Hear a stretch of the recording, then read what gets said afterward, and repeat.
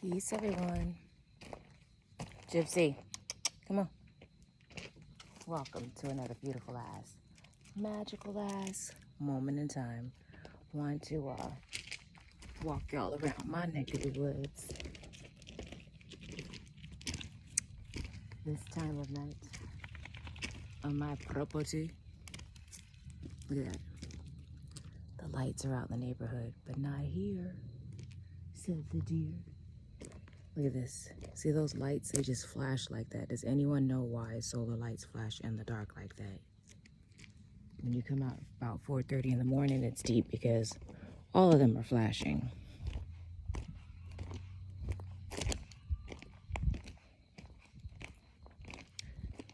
So this is what it's like living off grid. Y'all want to know what it's like? This is it. Gypsy. It's pretty deep because it's different, but unique. I love it. It connects me more to myself, helps me ground myself. A lot of things going on in the world. Most importantly, ground myself to God and help me to channel in the messages that I need to give to so many of you out there. So we're in some interesting times. A lot of y'all are afraid. There's no need to be afraid. It's just a matter of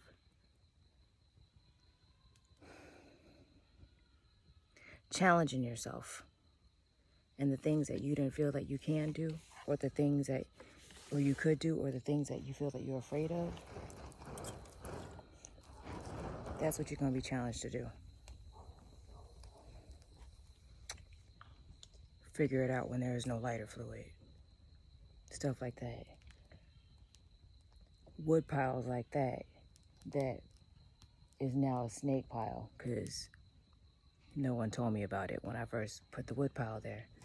But knowing that at least 10 of these trees will be needed by the time the cold gets here.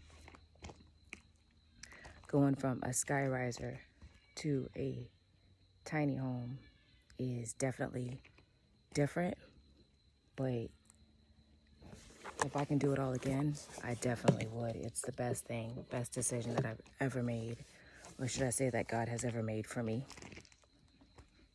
because I didn't see the full picture of how everything was unfolding, and I still don't. But at the same time, I'm content with where God has taken me.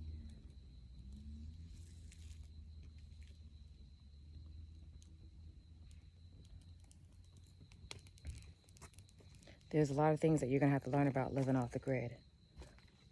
About snakes, scorpions, medicines, other galactic being, other supernatural forces, learning your own inner powers, knowing what you're afraid of, knowing what your strength and your own personal weaknesses are. But most importantly, who is your team? Do you have a gypsy on your team? And being able to, let's just say, have some hiding places on top of that. What are you guys up to?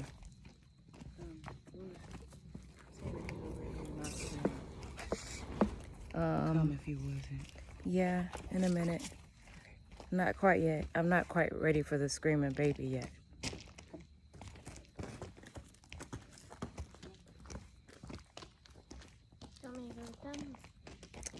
It's up to you, babe.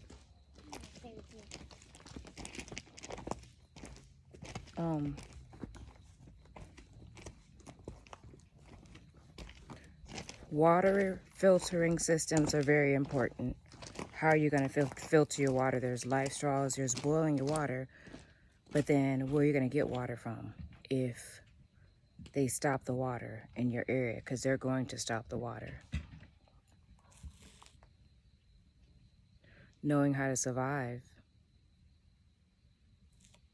when everything is shut down. That's the key to everything. I don't know how many times I gave this class, disaster preparedness class, and people didn't show up. Maybe one person would show up. I know maybe a handful of people that are prepared. Maybe. Out of all the people I've met over the years, maybe two. But if you're living with others who are not yet prepared, or others who don't have the mindset of being prepared, then you're in trouble. I would say that majority of you are probably thinking that you have the most food. You don't want to invite these specific people over or to be a part of your group because they're going to eat all your food, which is very true.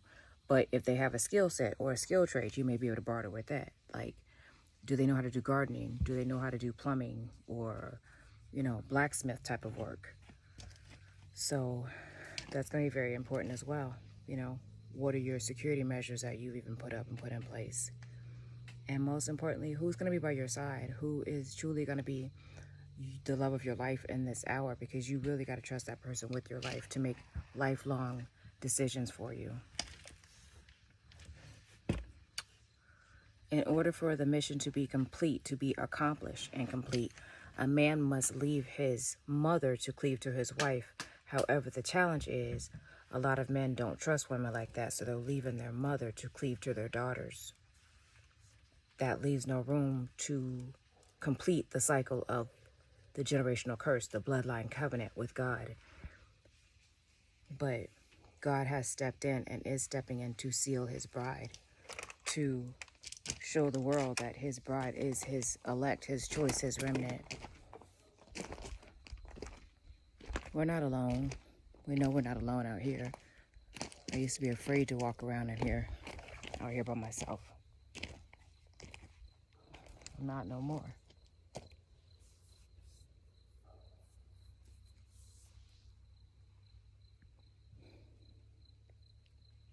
Because no matter what type of weapon that I have on me, I know that I am the weapon. Each and every one of us must know that. Especially when your weaponry fails you. Weaponry outside of self, that is. In the meantime, just stock up on beans and rice as much as you can. You're going to run out of that, but learn your environment and your surroundings. And most importantly, look for our products because shall be necessary and unique and one of a kind. But most importantly, I feel elated to be in a position to be able to provide such incremental items to y'all. In the meantime, between time, I love y'all. Let me get my binoculars.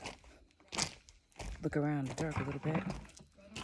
But y'all, be well out there, all right? I love you. I'm going to go back inside now and do what I do. Peace. Gotta go. Love you. Bye.